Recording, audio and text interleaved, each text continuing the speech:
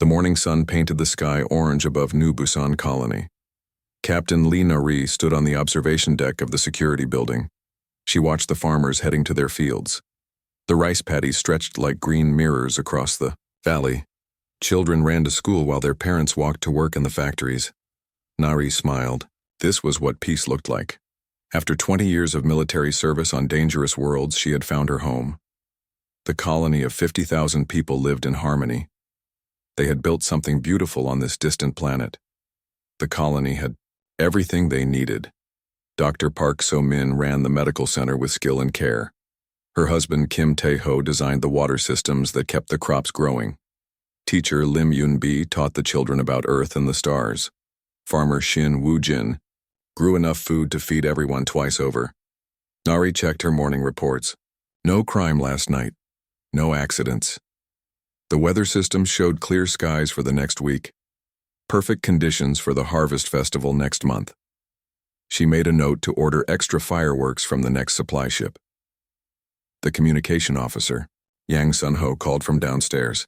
His voice carried up through the building. "Captain, we have unusual readings from the orbital sensors." Nari walked down to the control room. The screens showed empty space around their planet. Nothing unusual appeared on the displays. "What kind of readings?" she asked. "Mass displacement signatures. Very large ones, but I cannot see anything on visual."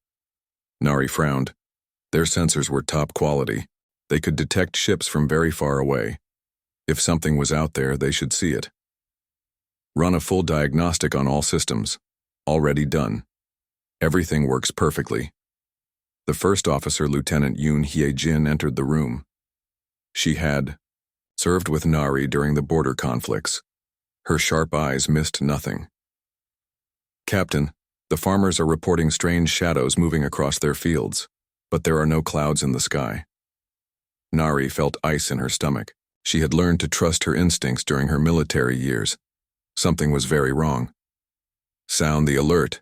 Get everyone to report to their stations." The alarm bells rang across the colony. People looked up from their work. Parents grabbed their children. The evacuation procedures they had practiced many times began automatically. Then the sky changed. Massive ships appeared as if they had been invisible. 12 enormous vessels hung in space above New Busan. Each ship was larger than the entire colony. Their dark metal hulls blocked out the sun. Strange lights pulsed along their sides like evil heartbeats. Nari had never seen ships like these. The design was alien, not human. The technology was far beyond anything she knew. Fear crept up her spine like cold fingers. The communication system screamed with incoming signals. A voice spoke in perfect human language. The voice was deep and cold. It held no mercy. "Primitive humans of the colony designation New Busan. I am War Prime Kethvor of the Vextar Empire.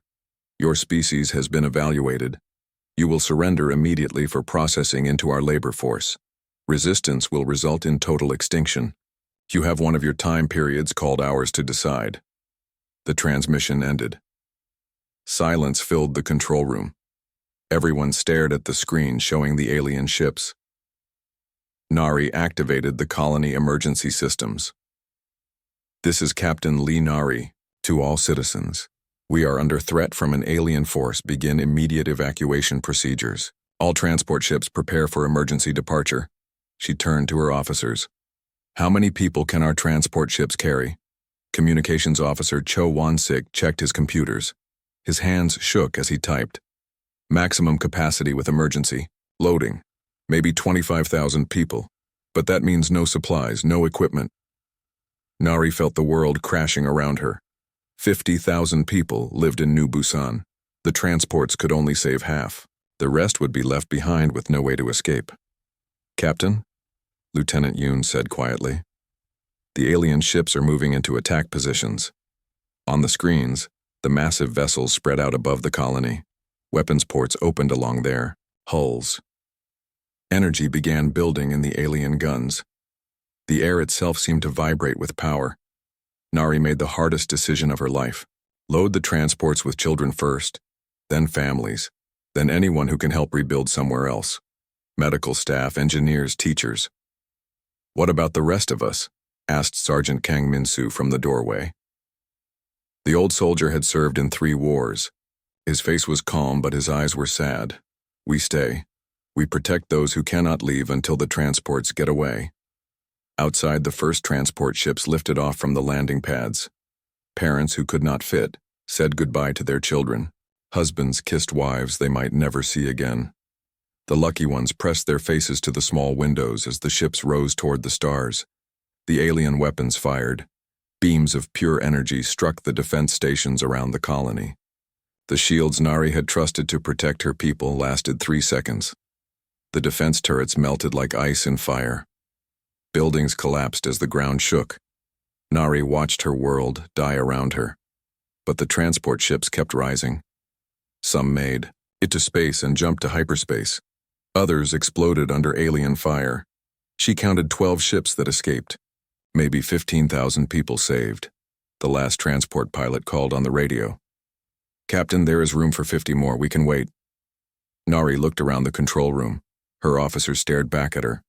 Outside, the alien ships prepared for the ground invasion. 15,000 people huddled in shelters below the colony. Children cried for their parents. Old people who could not travel fast enough waited for death. Negative. Get our people to safety. Tell Earth what happened here. "Captain, you could still make it. We can hold position for 5 more minutes." Nari walked to the window. Below in the main square, families held each other close.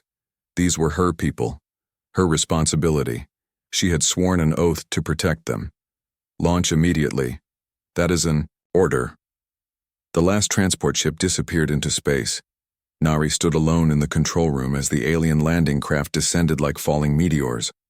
She activated the colony-wide communication system. Her voice carried to every shelter, every hiding place, every frightened heart. "Citizens of New Busan, this is your captain. I know you are afraid. I am afraid too. But we are not alone. We have each other. We are human. We protect our own. They want us to surrender. They want us to give up. But we will show them what humans do when someone threatens our families." She looked up at the alien ships. "We stand together. We fight together. We survive together." The ground invasion began. The alien landing craft hit the ground like thunder. Each ship was the size of a city block. Steam rose from the scorched earth where they landed. The metal hulls opened with horrible grinding sounds. What came out made Nari's blood freeze. The Vextar warriors stood 8 feet tall. Their bodies were covered in natural armor that looked like black stone. 4 arms ending in claws that could tear metal. Eyes like burning coals. They moved with deadly grace. Each one carried weapons that hummed with energy. Sub-Commander Drexkai led the ground forces. His armor was decorated with the bones of defeated enemies. He had conquered 47 worlds. This would be number 48. Nari watched from the security building as the aliens spread across the colony. They moved in perfect formation, no wasted motion, no hesitation. These were professional killers who had done this many times before. "Everyone, to the tunnels," Nari ordered. Emergency Plan 7. The colonists had built extensive mining tunnels under New Busan. The passages connected to natural caves in the mountains. It was their only chance of survival. Families grabbed emergency packs and ran for the tunnel entrances.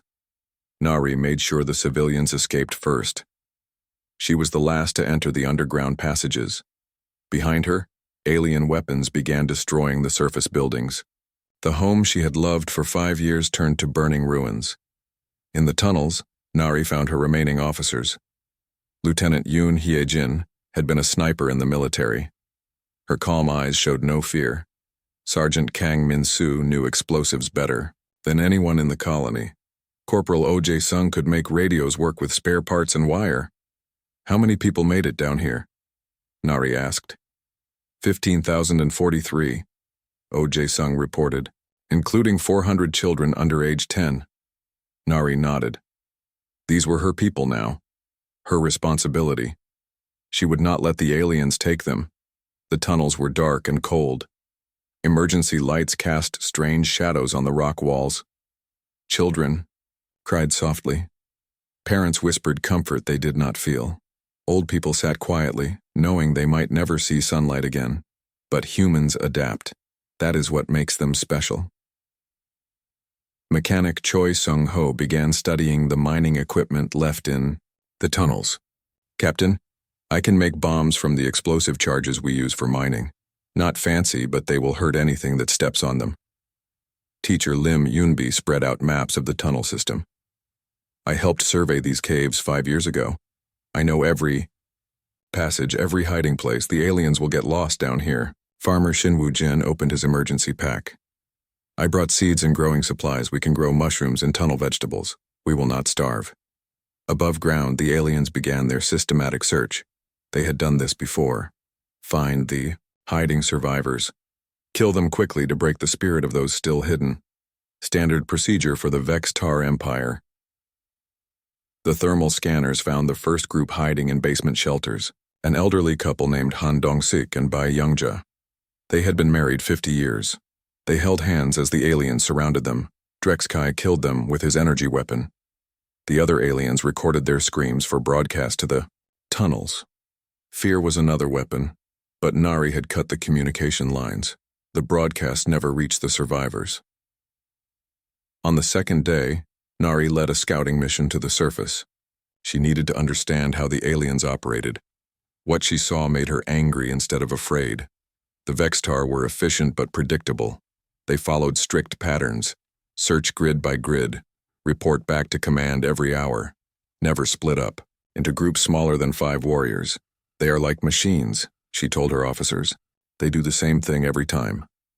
How does that help us? Asked Sergeant Kang. Machines break when you change the rules they follow. Nari began planning. The aliens expected fear and surrender. They would get neither. They expected helpless civilians. They would find fighters. Dr. An Ji-hoon joined the resistance. He knew the local plants better than anyone. Captain, the blue moss that grows in the caves produces a poison when heated. Not deadly to humans, but it makes breathing very difficult. Artist Song Mi-young used her knowledge of colors and patterns. She made camouflage clothing that perfectly matched the cave walls. If we cannot fight them with strength, we fight them with stealth.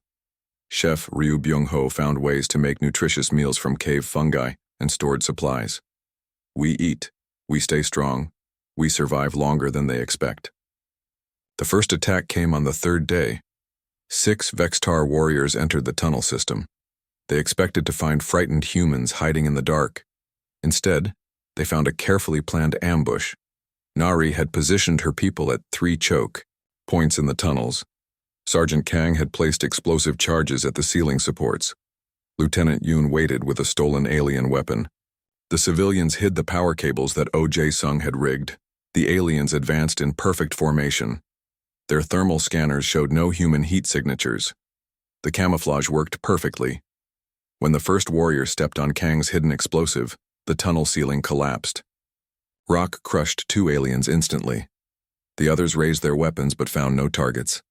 Then Yoon's sniper shot took out the leader. The remaining aliens tried to retreat but found their path blocked by fallen rocks. Oh Jae-sung's power cables electrified the water on the tunnel floor. In 5 minutes, all 6 aliens were dead. The survivors had won their first victory. Nari stood over the alien bodies. These creatures had seemed so powerful from a distance. Up close, they were just another enemy that could be defeated. Take their weapons and equipment, she ordered. We study everything. We learn their weaknesses.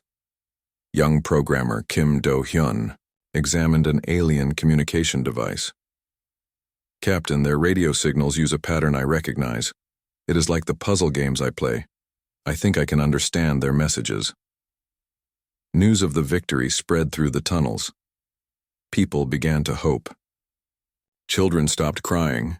The elderly sat up straighter. They were not helpless victims anymore. They were resistance fighters. Above ground, Sub-Commander Drexkai received the report of his lost patrol. For the first time in his military career, he felt something new. Uncertainty. These humans were not following the standard pattern. Primitive. Species were supposed to run and hide until caught. They were not supposed to fight back. They were not supposed to win. Nari gathered the civilians in the main tunnel chamber. She stood on a box so everyone could see her. Today we proved something important. We proved that humans do not give up. We do not surrender our families to monsters. We fight. She held up an alien weapon. They have better technology. They have more soldiers. But they do not have what we have. They do not have each other. They do not fight for love. They fight for conquest. We fight for survival. The crowd murmured agreement. Fear was changing to determination. Tomorrow they will send more soldiers. We will be ready. We will show them that humans are not easy prey. We will make them pay for every step they take in our home. That night, Nari could not sleep. She walked through the tunnels, checking on families. Parents read stories to children by flashlight. Teenagers helped repair equipment. Everyone had a job. Everyone contributed. This was what the aliens did not understand. Humans became stronger when they faced impossible odds. They found hope in the darkest places. They turned love into courage. The siege was just beginning. War Prime Kethfor stood on the command deck of his flagship. The report from Subcommander Drexkai made no sense. 6 warriors lost to primitive humans. Impossible. The Vextar Empire had conquered 847 species. None had ever killed Vexitar soldiers in the first week of invasion. Deploy the hunter-killer drones, Kethfor commanded. Begin psychological warfare protocols. These humans will break like all the others. In the tunnels below New Busan, the colonists heard new sounds from above. Flying machines buzzed through the ruins of their city. Speakers attached to the drones broadcast horrible noises. Screams, sounds of pain. The aliens wanted to drive the humans crazy with fear. But Nari had prepared for this. She gathered the children in the deepest part of the tunnels. Everyone, sing the colony song. Sing it loud. Sing it together. The voices of 400 children echoed through the caves. Their song drowned out the alien broadcasts. Parents joined in. Soon, 15,000 people were singing. The sound filled the tunnels with hope instead of fear. Nari knew they needed to fight smarter, not harder. The aliens had better weapons and more soldiers. But humans had something the aliens did not understand. Creativity. The ability to see solutions where others saw only problems. Dr. An Ji-hoon came to her with samples of local plants. Captain, I have been studying the blue moss. When we mix it with cave minerals, it creates a gas that damages alien breathing equipment. Their filters cannot handle it. How much can you make? Enough to fill 3 tunnel sections, but we need to get the aliens to come down here first. Programmer Kim Do-hyun had been working day and night on the alien communication device. His young face showed excitement. Captain, I broke their code. I can hear everything they say to each other, but more important, I can send fake messages. Nari smiled for the first time in days. What kind of messages? I can make them think we are hiding in places where we are not. I can make their patrols get lost. I can make them fight each other if I am very clever. Artist Song Mi-young had created something amazing. Camouflage suits that made humans nearly invisible in the cave environment. But she had gone further. Captain, I studied how their eyes work from the dead aliens. They see heat and movement very well, but they cannot see certain colors that humans can see perfectly. She showed Nari a painted rock. To human eyes, it had bright red arrows pointing left. To alien eyes, the rock looked completely plain. We can leave messages for each other that they cannot see. We can mark safe paths and danger zones. Chef Ryu Byung-ho had solved the food problem in an unexpected way. Captain, the alien ration packs I found taste terrible, but they are very nutritious. More important, I found what they use for seasoning. It is a plant extract that is poisonous to humans but makes their food taste good. If we put human food seasonings in their supplies, they will get very sick. Nari felt pride growing in her chest. These people were not soldiers, but they fought like the best military unit she had ever commanded. Every person contributed something unique. Every skill mattered. The breakthrough came when teenager Kim Do-hyun intercepted alien command communications. Captain, they are planning a major assault tomorrow. 300 soldiers will search the tunnel system, but I can change their maps. Change them how? I can make the tunnel maps show passages that do not exist. I can remove passages that do exist. They will get lost in the caves while we move freely through the real tunnels. Dr. Zhong Haiwan had been studying the alien weapons and equipment. The physicist had made important discoveries. Captain, their energy shields are very powerful, but they have a weakness. They recharge every 47 seconds. For 3 seconds, the shields are completely down. Their armor is strongest at the chest and back, but the joints where the arms connect are much weaker. Can our weapons hurt them during those 3 seconds? If we aim for the right spots, yes, but the timing must be perfect. Nari gathered her team leaders for planning. The tunnel system was their advantage. They knew every passage, every hiding place, every way in and out. The aliens would be fighting in an environment they did not understand. Here is what we do, Nari explained. We divide into small groups. We use Do-hyun's false maps to lead them into dead ends and traps. We use Dr. On's gas to damage their equipment. We use Song Mi-young's camouflage to stay invisible. When they are confused and lost, we attack during their shield recharge cycles.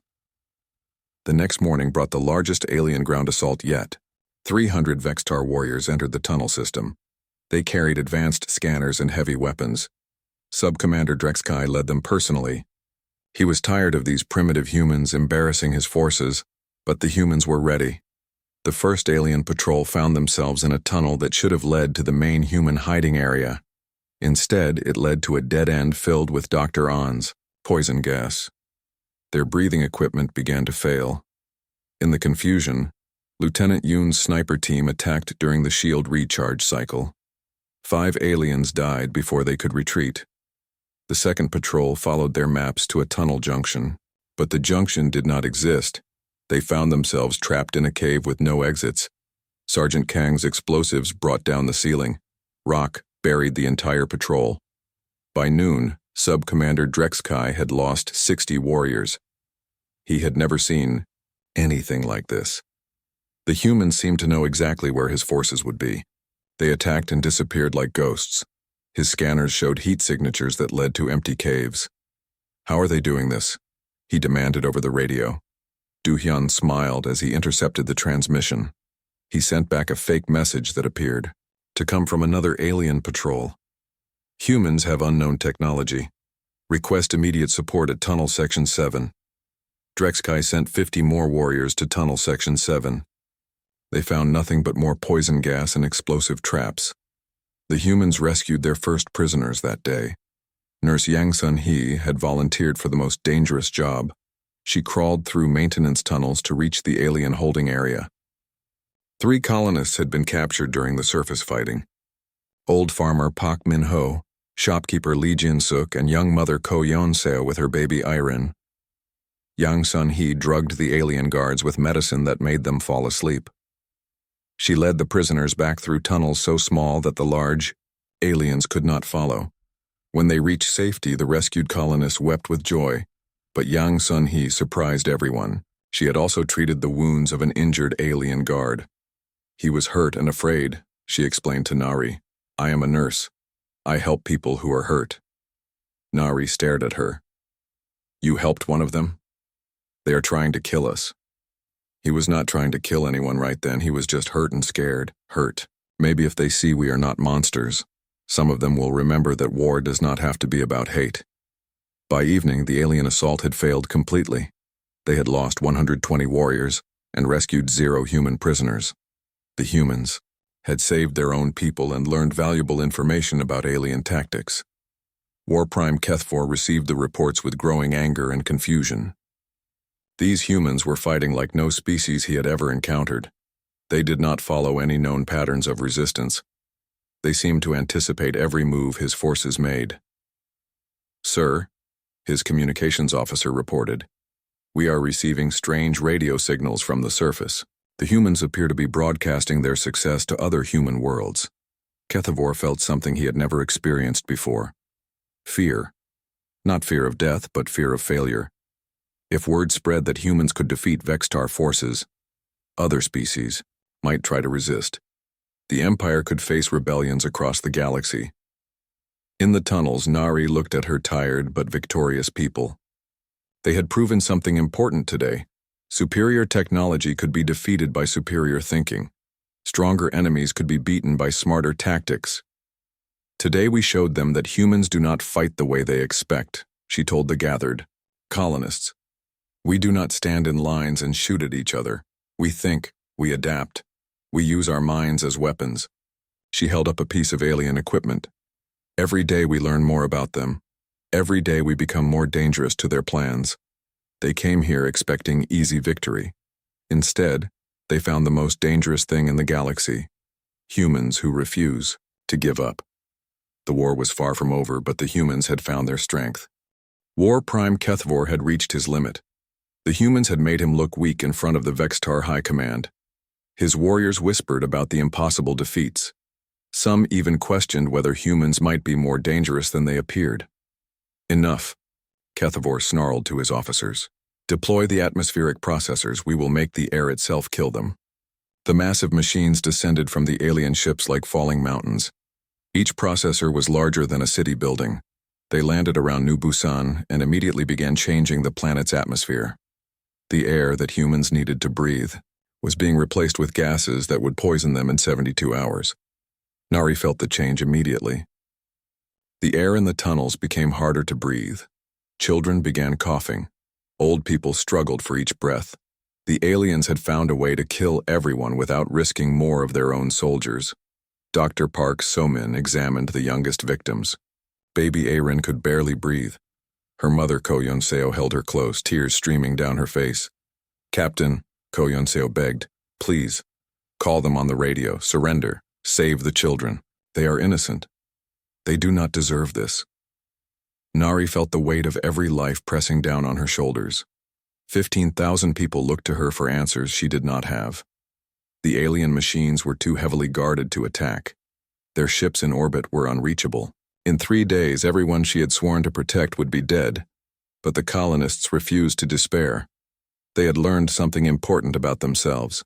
They were stronger together than any of them had been alone. Priest No Sang-wook gathered people for prayer circles. He spoke to every faith represented in the colony. We may die, but we will not die as cowards. We will not die having given up hope. We face the end with dignity and love for each other. Blacksmith Hwang Tae-min worked day and night forging weapons from scrap metal and mining tools. If we must die, we die fighting.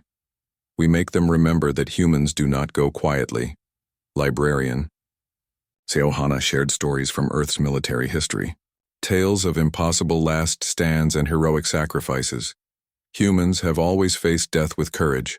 We are not the first to fight hopeless battles. We will not be the last. Teacher Lim Yoon-bi organized the children into study groups. She taught them songs and games to keep their spirits up. Learning never stops. Hope never dies. Even in our darkest hour, we remain human. But Nari needed more than courage. She needed a plan. Dr. Jong Hai-won had been studying the atmospheric processors. Non-stop. The physicist looked exhausted but excited. Captain, I found something. These machines need enormous amounts of power. They are drawing energy directly from the planet's core through quantum tunnels. Can we shut them down? Better. We can overload them. If I can get inside the main processor and reverse the quantum flow, it will create a feedback loop. The energy will travel back up to their ships in orbit. What happens then? Every alien ship in orbit explodes. But the explosion will also destroy the processor facility and everything within 10 kilometers. Nari understood immediately it was a suicide mission. Anyone who went to the processor would die in the explosion, but it would save everyone else and destroy the alien fleet. How many people would you need? 3, me to handle the technical work, an engineer to help with the power systems, a scout to get us past the alien guards. Volunteers stepped forward immediately. Engineer Kwon Jung-ho had lost his wife in the first orbital bombardment. I have nothing left but this chance to hurt them back. Scout Baek Soo-jin knew the terrain better than anyone. I can get you inside. I mapped every approach to those machines. Nari wanted to go herself, but she knew her duty was to the survivors. If the mission failed, someone had to lead the final defense. The team prepared for 3 days. They studied the processor defenses, planned their route, and said goodbye to their friends. Everyone knew they would not return. The night before the mission, the entire colony gathered in the main tunnel chamber. People shared memories of the volunteers. They told stories of their bravery and kindness. Children drew pictures to send with them. Young programmer Kim Do-hyun approached Nari. "Captain, I intercepted more alien communications. War Prime Kethivor is under pressure from his superiors. If he fails here, they will execute him for incompetence. He is desperate." "Desperate? Enemies make mistakes," Nari replied. "Maybe we can use that." The mission began before dawn. Baek Soo-jin led Kwon Jung-ho and Dr. Jong Hai-wan through hidden paths in the mountains. They moved like shadows, avoiding alien patrols and sensor sweeps. The main atmospheric processor was a nightmare of alien technology. Pipes as wide as buildings carried poisonous gases. Energy conduits hummed with deadly power. Guard towers surrounded the facility with heavy weapons. But humans are small and clever. Baek Soo-jin found a maintenance tunnel that the large aliens could not use. She led the team through pipes and service corridors until they reached the central control chamber. Dr. Jong Hai-wan worked quickly on the quantum flow controls. Her hands moved with practiced precision over alien symbols and energy displays. "I need 15 minutes to complete the reversal." Kwon Jung-ho connected human tools to alien power systems. Sparks flew as incompatible technologies fought each other. "I can hold the connection stable, but not for long." Outside, alien guards discovered the break-in. Alarms wailed across the facility. Hundreds of Vextar warriors rushed toward the control chamber. Baek Soo-jin stood guard at the only entrance. She had one human rifle against an army of aliens with advanced weapons. But she had something they did not. She was fighting for the future of every child in the tunnels below. The aliens came in waves. Baek Soo-jin's rifle cracked again and again. Each shot was carefully aimed. Each bullet found its target during the brief moments when alien shields recharged. She held the corridor alone for 12 minutes. When her ammunition ran out, she used mining explosives to collapse part of the tunnel. Rock blocked the alien advance but also trapped the human team inside. "Done," Dr. Jong Hai-wan announced. "Quantum reversal is active. The feedback loop will begin in 60 seconds. Kwon Jung-ho smiled sadly. "It has been an honor to serve with you." The explosion lit up the sky like a new sun. The quantum energy raced up through space to the alien ships in orbit. One by one, the massive vessels disappeared in balls of fire. The Vextar fleet that had seemed so powerful was destroyed in minutes. But the price was terrible. The 3 brave volunteers died in the explosion. The atmospheric processors were destroyed, but the damage to the planet's air would take months to heal completely. In the tunnels, Nari felt the ground shake as the explosion echoed across the continent. She knew immediately what it meant. Victory, but at the cost of 3 good people who would never see their families again. The surviving aliens on the surface were trapped. Their ships were gone. Their supply lines were cut. Their atmospheric processors were destroyed. For the first time in Vextar history, an invasion force was completely isolated on an enemy world. Sub-Commander Drexkai received the reports with growing horror. His fleet was destroyed. His war prime was dead. 300 of his warriors remained to face 15,000 angry humans on their home ground. But Nari knew the fight was not over. The aliens still had superior weapons and training. They would not surrender easily. The final battle was coming, and it would decide whether the human colonists lived to see another sunrise. She gathered her people in the main chamber one last time before the end. "Today 3 heroes gave their lives so we might live.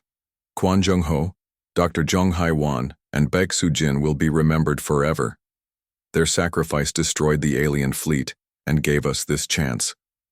She looked at the tired, determined faces around her. "Now we finish what they started. We go to the surface, we face the remaining aliens, we show them that humans fight hardest when they fight for each other." Young mother Ko Yeon-seo stepped forward holding baby Arin. "Captain, we trust you. Lead us home." Nari nodded. Tomorrow they would leave the safety of the tunnels for the final confrontation. 300 alien warriors waited above, but 15,000 humans would face them, united by love for their families and respect for their fallen heroes. The siege was ending, but the real war was about to begin. Sub-Commander Drexkai stood in the ruins of New Busan Colony. His fleet was destroyed. His war prime was dead. 300 warriors remained from the mighty force that had arrived to conquer this world. For the first time in his long military career, he faced the possibility of defeat. But Drexkai was a veteran of 50 conquered worlds. He would not accept failure. If he could not return home victorious, he would die taking as many humans with him as possible. The Vextar Empire would remember this battle as a warning of what happened to species that dared resist. "All units converge on the main colony site," he commanded. "We end this today. Kill every human. Leave no survivors to tell their story of resistance." In the tunnels below, Nari made her final preparations. The atmospheric processors were gone, but the air was still dangerous to breathe for more than a few hours. They had limited time to fight the final battle before the poison in the atmosphere killed them all. 3,000 colonists had survived the siege. Many were wounded. Many were weak from breathing poisoned air, but all were determined to see their home freed from alien occupation. Nari divided her people into combat groups. Each group had fighters, medics, engineers, and civilians who could help in different ways. They would not face the aliens as scared refugees hiding in tunnels. They would face them as defenders of their home. Welder Park Min-jun had spent days creating mobile barriers from mining equipment and destroyed alien vehicles. His metal shields could stop energy weapons long enough for human fighters to find cover and return fire. Programmer Kim Do-hyun had hacked every piece of alien technology he could find. Dozens of enemy drones now fought for humanity. Their own weapons turned against them by human cleverness. Gardener Kim Hyeju had planted explosive seeds throughout the colony ruins. When stepped on, they would explode like landmines. The aliens would find that even the flowers fought back on this world. The final battle began at dawn. 300 Vextar warriors advanced in perfect formation across the colony grounds. Their armor gleamed in the morning light. Their weapons hummed with deadly energy. They had never lost a ground battle. They did not expect to lose this one, but they had never faced humans fighting for their children's future. The first explosions came from Kim Hyeju's hidden mines. Alien warriors, who had conquered dozens of worlds, found themselves blown apart by disguised garden plants. The perfect formation broke as soldiers looked nervously at every flower and bush around them. Then Kim Do-hyun's converted drones attacked from above. Alien weapons fired on alien soldiers. Confusion spread through the Vextar ranks as they tried to determine which flying machines were friends and which were enemies controlled by humans. Park Min-jun's mobile barriers gave the human fighters moving cover. Teams of colonists would advance behind the metal shields, fire at the aliens, then retreat to new positions. The Vextar could not pin them down for concentrated attacks, but the aliens had superior numbers and training. Slowly, they pushed the humans back toward the center of the colony. Bodies fell on both sides. The morning air filled with smoke and the smell of burning metal. Nari fought alongside her people. She carried a stolen alien weapon and wore armor taken from dead enemies. Around her, ordinary colonists performed extraordinary acts of courage. Elderly, veteran Nam In-ho had lost both legs in the tunnel fighting, but he could still operate the heavy weapons they had captured from the aliens. He sat in his wheelchair behind a barrier of twisted metal, his alien plasma cannon destroying enemy positions with precise fire. When alien warriors flanked his position, Nam In-ho smiled. "For the children," he whispered, and triggered the weapons overload. The explosion took out 10 aliens and cleared the way for the human retreat.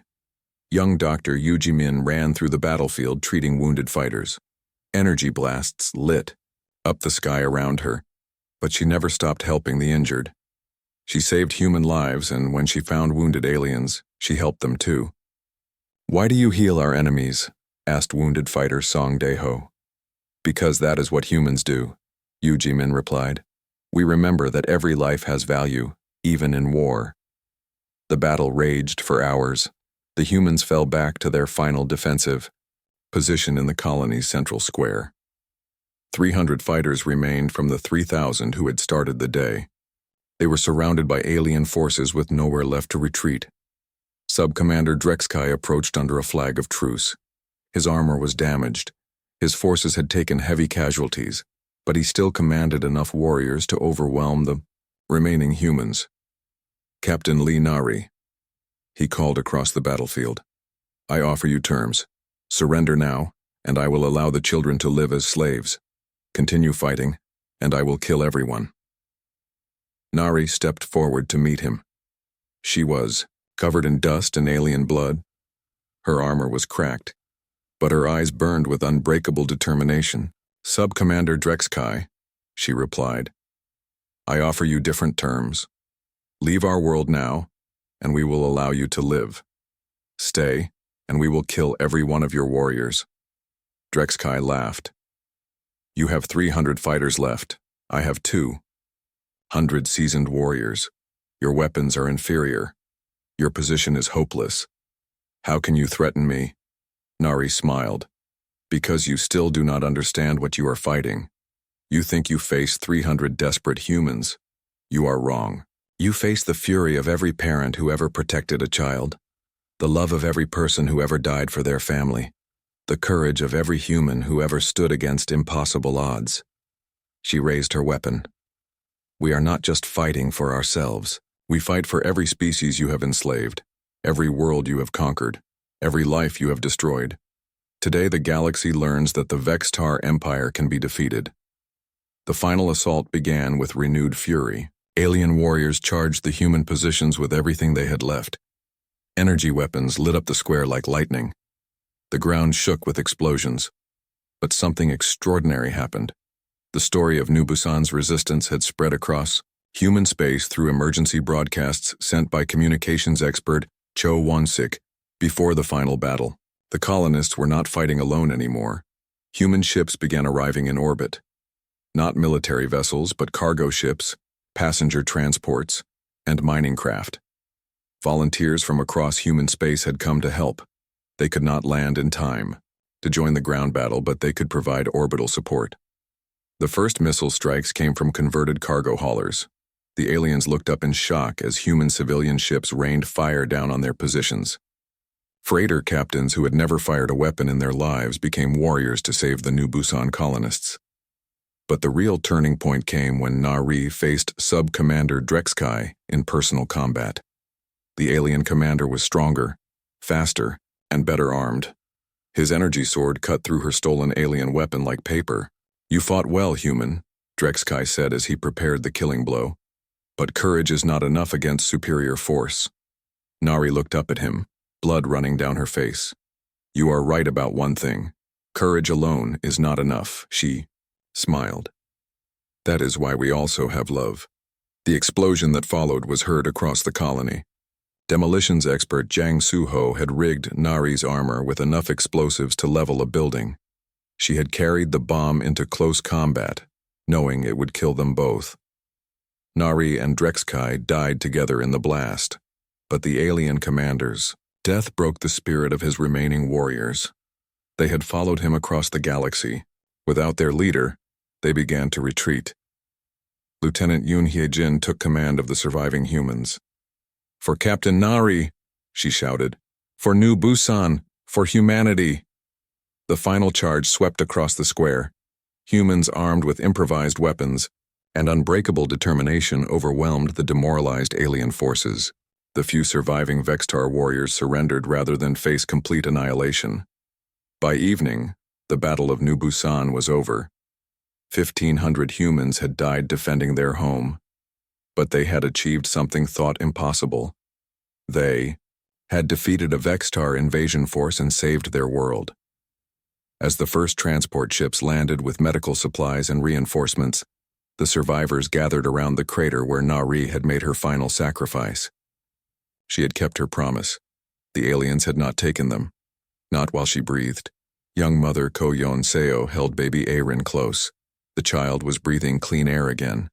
The atmospheric processors were destroyed. The planet would heal. What do we tell her about Captain Nari when she is old enough to understand? Koyonseo asked Lieutenant Yoon. Yoon looked at the memorial crater, then at the children playing nearby. These children would grow up free because of Nari's sacrifice. They would remember the lesson of New Busan forever. We tell her the truth, Yoon replied. We tell her that when evil came to our world, good people stood against it. We tell her that her freedom was bought with blood and courage. We tell her that humans never give up, never surrender, and never abandon those who depend on us. The siege was over. The colony was saved. But the real victory was not the defeat of the aliens. The real victory was proving that love, courage, and determination could overcome any enemy, no matter how powerful or merciless they might be. Humanity had announced itself to the galaxy as a species that would fight for its values, no matter the cost. 6 months after the Battle of New Busan, Admiral Bei Jinwoo stood in the rebuilt colony's central square. Where Captain Lee Nari had made her final sacrifice, a simple memorial now stood. Black stone carved with the names of all who died defending their home. At the top, in golden letters, were Nari's last words. They will not take you, not while we breathe. The memorial was never empty. People came every day to remember. Children left flowers. Veterans saluted. Families whispered thanks to the dead who had saved their future. But Admiral Bei had not come for ceremony. He carried news that would change everything. Lieutenant Yoon Hye-jin, now promoted to colonel and commander of New Busan's defenses, met him at the memorial. She wore the colony's new uniform, designed to honor both the civilian resistance and the military traditions they had built from nothing. Admiral, she greeted him. What brings Earth's highest-ranking officer to our small world? Your small world has become the most important place in human space, Bei replied. The story of your resistance has spread to every human colony. But more than that, it has reached other species across the galaxy. He handed her a data tablet filled with intelligence reports. The Vextar Empire is facing rebellions on 17 worlds.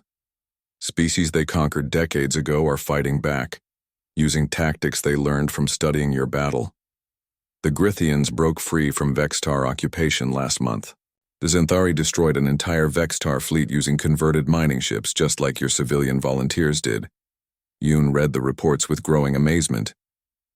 They are copying what we did here? More than copying. They are improving on your methods. The galaxy has learned that the Vextar can be defeated. Fear of their empire is turning into hope for freedom.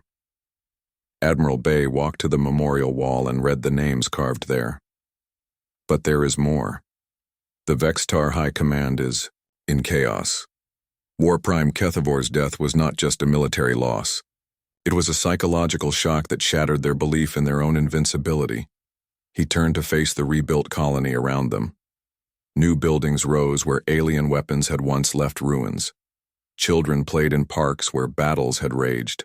Gardens grew where blood had been spilled. They are afraid, Colonel. For the first time in their empire's history, they are afraid. Not of human weapons or human technology, but of human spirit. They cannot understand how 3,000 colonists held off 50,000 professional warriors. As they talked, the daily life of New Busan continued around them. Dr. Park So-min ran the expanded medical center, training new doctors in combat medicine and emergency surgery. Engineer Kim Tae-ho designed defensive systems that other human colonies were copying across the galaxy. Teacher Lim Yunbi had started a new school program. Children learned regular subjects like math and science, but they also learned the history of their world's liberation. They studied the tactics that had saved their families. Most importantly, they learned why ordinary people sometimes had to do extraordinary things. In her classroom, 8-year-old student Han Min-jun raised his hand. Teacher Lim, why did Captain Nari stay behind when she could have escaped on the last transport ship? Lim smiled. This question came up in every class. The children needed to understand the choice that had saved them all. Because Min-jun, she understood something that makes humans special. We do not abandon people who need our protection. We do not run away when others depend on us. Captain Nari could have lived safely on another world, but 15,000 people would have died without her leadership. Another student, 9-year-old Park A. Young, spoke up. But teacher, the aliens were so much stronger. How did she know we could win? She did not know we could win, A. Young. She knew we had to try. Sometimes the right choice is not the safe choice. Sometimes we must fight even when victory seems impossible, because the alternative is letting evil win without resistance. The D. Lesson was interrupted by an announcement over the colony's communication system. Communications expert Cho Won-sik, now head of New Busan's information network, spoke to the entire population. Citizens, we have received word from Earth Command. The Vextar Empire has requested peace negotiations. They want to discuss ending their expansion wars and establishing borders with human space. The colony erupted in celebration. People poured into the streets, laughing and crying with joy. The war that had seemed hopeless 6 months ago was ending in victory. But Admiral Bay knew the real victory was deeper than military defeat of the aliens. He had read the psychological reports from Vextar prisoners captured on other worlds. The Empire's soldiers were asking questions they had never asked before. Questions about the purpose of conquest. Questions about the value of different species. Questions about whether might truly made right. Some Vextar warriors had even requested asylum in human space. They wanted to live among the people who had shown mercy to their wounded enemies. Nurse Yang Sun-hee had treated injured aliens with the same care she gave to human patients. That simple act of compassion had shaken the alien understanding of warfare. The memorial ceremony that evening drew thousands of people, not just New Busan colonists, but visitors from across human space. Veterans came to honor the fallen. Historians came to study the tactics. Politicians came to understand how ordinary citizens had achieved impossible victory. Young programmer Kim Do-hyun, now a respected expert in alien communications, spoke to the crowd about the intercepted Vextar messages during the final battle. When Sub-Commander Drexkai reported to his superiors, he said something I will never forget. He said, "These humans fight like no species we have ever encountered. They do not fight for territory or resources or conquest. They fight for love. How do you defeat an enemy that fights for love?" The crowd was silent as Do-hyun continued. The answer, he learned too late, is that you cannot. Love makes people do impossible things. Love makes ordinary farmers and teachers and doctors become warriors. Love makes sacrifice meaningful and victory possible. Dr. An Ji-hoon had become New Busan's leading expert on biological warfare defense. His research into alien bioweapons had saved lives on dozens of human worlds. But he remembered his greatest contribution was not scientific, but personal. He had shown that human knowledge, no matter how specialized, could be adapted to protect others. As the ceremony continued, one story emerged that captured the attention of the entire galaxy. Baby Aaron, now 6 months old and healthy, had become a symbol of hope across human space. Her mother, Ko Yeon-seo, told reporters how Captain Nari had personally ensured the baby received clean air during the atmospheric attacks. The captain never had children of her own, Ko Yeon-seo said, tears in her eyes. But she protected every child in New Busan as if they were her family. Aaron will grow up free because Nari chose duty over safety. The most surprising speaker at the ceremony was former blacksmith Hwang Tae-min. His crude weapons had helped arm the resistance during the darkest days. Now he ran New Busan's expanded manufacturing center, producing defensive equipment for human colonies across the galaxy. People asked me what made us different from all the other species the Vextar conquered, Hwang said to the crowd. The answer is simple. We had something to fight for that was more important than our own lives. Every parent here fought for their children's future. Every neighbor fought for their friend's safety. We were not just defending territory, we were defending love itself. Admiral Bay had saved the most important news for last. He stepped to the memorial platform as the ceremony reached its climax. Citizens of New Busan, representatives of humanity, I bring you word from the Galactic Council. Your colony has been designated as the first human heritage world. But more than that, the tactics you developed here are being taught at military academies across known space. He paused, letting the significance sink in. The Battle of New Busan is now required study for every officer in the Human Defense Force. Not because of the weapons you used or the technology you captured, but because of the principles you demonstrated. The Admiral read from an official document. Lesson 1. Superior technology means nothing without superior purpose. Lesson 2. Unity born of love is stronger than discipline born of fear. Lesson 3. Those who fight to protect others fight with strength that cannot be defeated. As the ceremony ended and people returned to their homes, the real legacy of New Busan became clear.